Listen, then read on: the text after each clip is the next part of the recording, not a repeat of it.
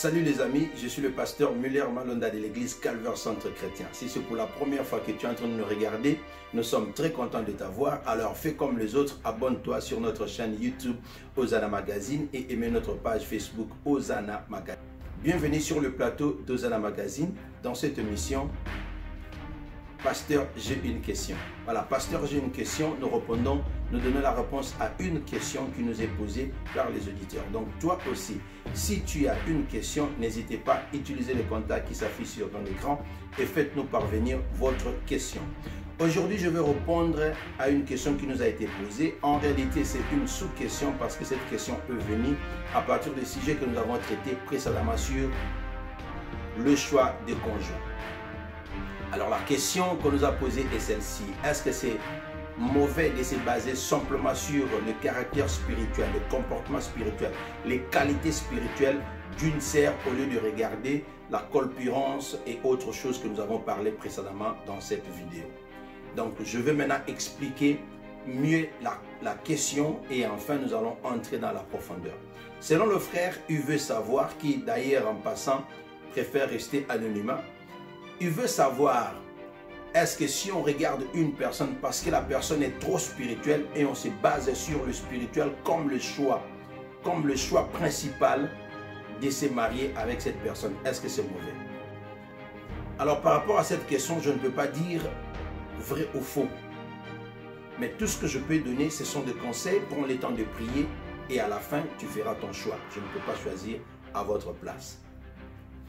Voici la réponse que je peux donner. Bien-aimé, j'aimerais que tu comprennes très bien. Quand Dieu a créé la femme, il a créé comme étant l'aide semblable par rapport à l'homme. Il faut comprendre qu'une personne peut être spirituelle, une personne peut parler en langue, une personne peut être un bon prédicateur ou prédicatrice. Mais cela ne fait pas de lui qu'elle puisse être un bon conjoint. La spiritualité ne fait pas une personne un bon conjoint. Pour être un bon conjoint, même si tu parles en langue, même si tu prêches les anges descendent, il y a des qualifications, il y a des choses, il y a des comportements, il y a des choses que tu dois apprendre pour être un bon conjoint, un bon partenaire dans le mariage. Pour que le mariage puisse avoir du succès, c'est-à-dire durer longtemps, perdurer longtemps, c'est au-delà des spiritualités. Nous avons besoin d'être spirituels. On doit appliquer les 3 niveaux d'amour dans le mariage, c'est-à-dire que l'amour éros, l'amour philéos et l'amour agapé doit être là.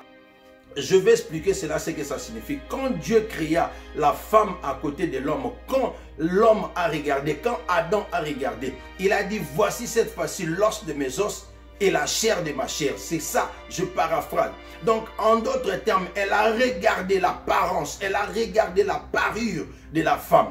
Et à partir de là, maintenant, il a commencé à apprendre maintenant l'intérieur de la personne. Donc même nous tous, quand nous regardons la femme, la plupart des hommes, nous ne regardons pas le spirituel. Nous regardons d'abord l'apparence, l'extérieur, c'est ce que nous regardons. Et après, maintenant, on va commencer à regarder à l'intérieur. Maintenant, comment ces choses jouent le rôle?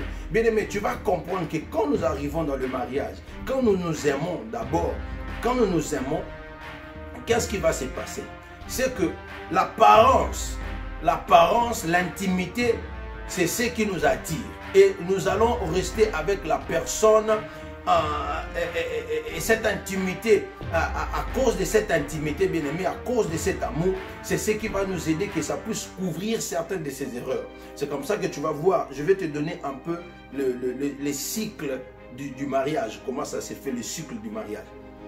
On se marie, on entre dans la maison. Quand on entre dans la maison, qu'est-ce qui va se passer? Directement, on commence à chercher à avoir les enfants. Et pour avoir les enfants, il faut qu'on arrive à se coupler. Alors, pour faire la reproduction, il faudrait que la personne puisse avoir quand même de l'attirance.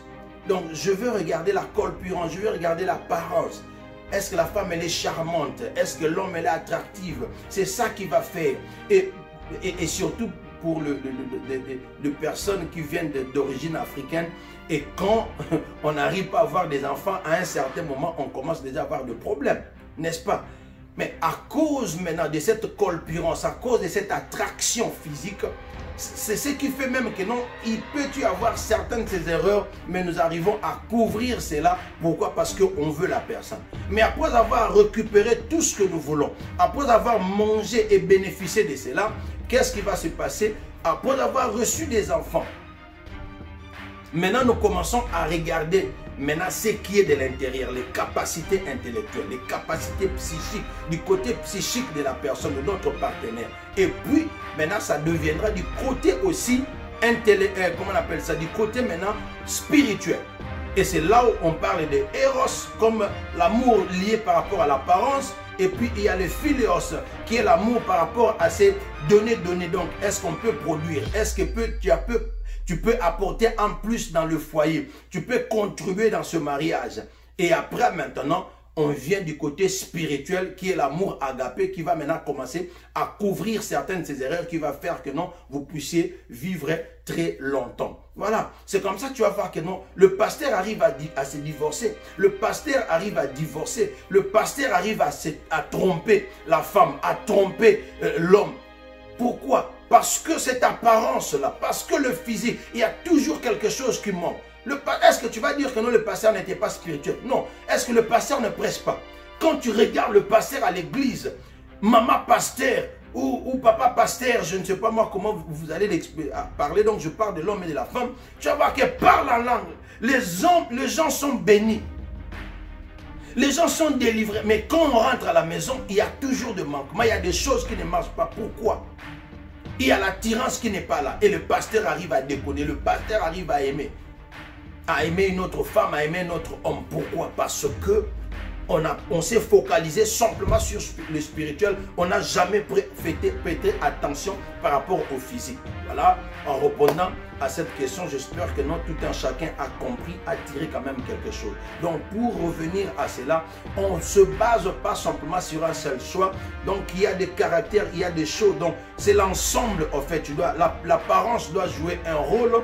Les caractères et les comportements intellectuels doivent jouer un rôle. Et puis, les capacités spirituelles, c'est important. Quand tu combines cela, c'est ce qui va faire, qui fera de vous que votre mariage puisse arriver à réussir. Donc, pour dire que de la même manière, je peux anticiper, est-ce qu'on peut se baser simplement sur le choix en fonction du physique? Non, ce n'est pas le physique qui paye le loyer, ce n'est pas cette apparence-là qui va faire que tu puisses être capable d'éduquer les enfants. Donc, c'est la combinaison du physique, la combinaison des caractères spirituels, la combinaison des caractères intellectuels. Et quand on met cela ensemble, ça va faire que votre mariage puisse être un mariage parfait et réussi. J'espère que je répondis à cette question. On va se retrouver à notre nouveau numéro. Merci d'avoir regardé cette émission. Que Dieu vous bénisse. Abonnez-vous sur notre chaîne YouTube. Aimez notre page Facebook. Je suis le pasteur Muller. Faites-nous parvenir vos questions. Que Dieu vous bénisse. À la prochaine.